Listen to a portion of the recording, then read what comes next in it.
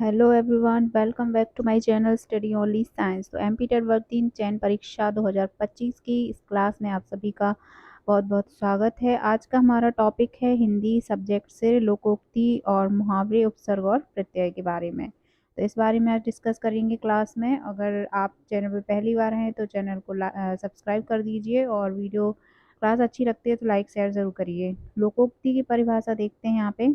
लोकोक्ति क्या है? लोकोक्ति मुहावरों में जो अंतर है, मुहावरा पूर्णतः स्वतंत्र नहीं होता है, अकेले मुहावरे से वाक्य पूरा नहीं होता है, जबकि लोकोक्ति पूरे वाक्य निर्माण करने में समर्थ होती है। मुहावरा भाषा में चमत्कार उत्पन्न करता है, जबकि लोकोक्ति उसमें स्थिरता लाती है। ठीक है, मुहावरा छोटा होता है जबकि लोकोक्ति बड़ी और भावपूर्ण होती है। तो इसमें लोकोक्ति और मुहावरे में अंतर है, लेकिन लोकोक्ति की परिभाषा आप आगे देखते हैं। लोकोक्ति का वाक्य में ज्यों का त्यों उपयोग होता है। मुहावरे का उपयोग क्रिया के अनुसार बदल जाता है, लेकिन लोकोक्ति का प्रयोग करते समय इसे बिना बदलाव के रखा जाता है। कभी कभी काल के अनुसार परिवर्तन इसमें संभव हो सकता है। तो लोकोक्ति की मुख्य विशेषताएं यहाँ पे आपको समझनी है।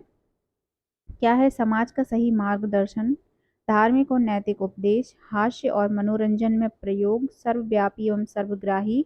लोकोक्तियों के अर्थ प्रत्येक समाज में एक से रहते हैं। ठीक है, प्राचीन परंपरा से चलती आने वाली ये लोकोक्तियां होती है, जीवन के सभी पहलुओं को स्पर्श करती हैं, अनुभव पर आधारित एवं जीवनोपयोगी बातों के बारे में सुझाव देती हैं, और सरल एवं समाज शैली, इसमें गहरी से गहरी बात को सूक्ष्म से सूक्ष्म शब्दों में कह दिया जाता है। तो यहाँ पे अब देखते हैं हिंदी की कुछ लोकोक्तियाँ। हमने यहाँ पे अभी नहीं ली हैं, इसको हम अगली क्लास में आपको बताएंगे। ठीक है, अब पहले देख लेते हैं मुहावरा।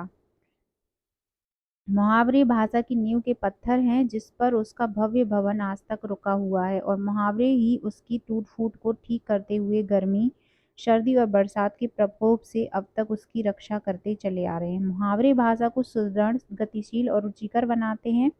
उनके प्रयोग से भाषा में चित्रमयता आती है, जैसे अपने पैरों पर कुल्हाड़ी मारना, दांतों तले उंगली दबाना और रंगाशार होना। तो इस तरह से मुहावरे जो होते हैं वो दिए गए। मुहावरे का अर्थ क्या है? मुहावरा एक ऐसा वाक्यांश या वाक्य है जिसका शाब्दिक अर्थ सामान्यतः उसके शब्दों के अर्थ से भिन्न होता है। ठीक है, इसका उपयोग किसी विशेष अर्थ या भाव को व्यक्त करने के लिए किया जाता है। मुहावरे भाषा को अधिक आकर्षक, प्रभावशाली और रचनात्मक बनाते हैं।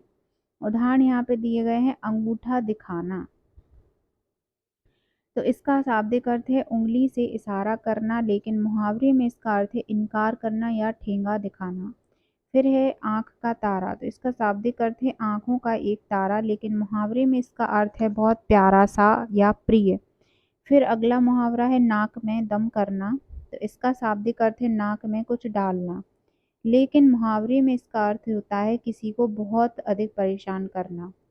अगला मुहावरा है 9 2 11 होना, इसका शाब्दिक अर्थ है 9 और 2 मिलकर 11 होना, लेकिन मुहावरे में इसका अर्थ है भाग जाना या गायब हो जाना। फिर आता है अक्ल का दुश्मन, तो इसका शाब्दिक अर्थ है बुद्धि का दुश्मन, लेकिन मुहावरे में इसका अर्थ है मूर्ख व्यक्ति। फिर है कान भरना, जैसे इसका शाब्दिक अर्थ है कान में कुछ डालना, लेकिन मुहावरे में इसका अर्थ है किसी के खिलाफ भड़काना या चुगली करना। फिर है दांत खट्टे करना, इसका शाब्दिक अर्थ है दांतों को खट्टा करना, लेकिन मुहावरे में इसका अर्थ होता है बुरी तरह से हराना। फिर अगला है हाथ मलना, तो इसका शाब्दिक अर्थ है हाथों को मलना, लेकिन मुहावरे में इसका अर्थ है पछताना। ठीक है, फिर है पेट में चूहे को कूदना, इसका शाब्दिक अर्थ है पेट में चूहों का कूदना, लेकिन मुहावरे में इसका अर्थ है बहुत तेज भूख लगना।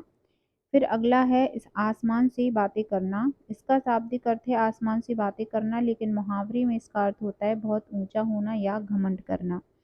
तो इस तरह से कुछ मुहावरे यहाँ पे मैंने आप लोगों को इसमें बता दिए हैं, लेकिन आगे आने वाले एमसीक्यूज के माध्यम से आपको पूरा का पूरा 100 से 150 मुहावरे और लोकोक्तियों के बारे में आपको बताएंगे।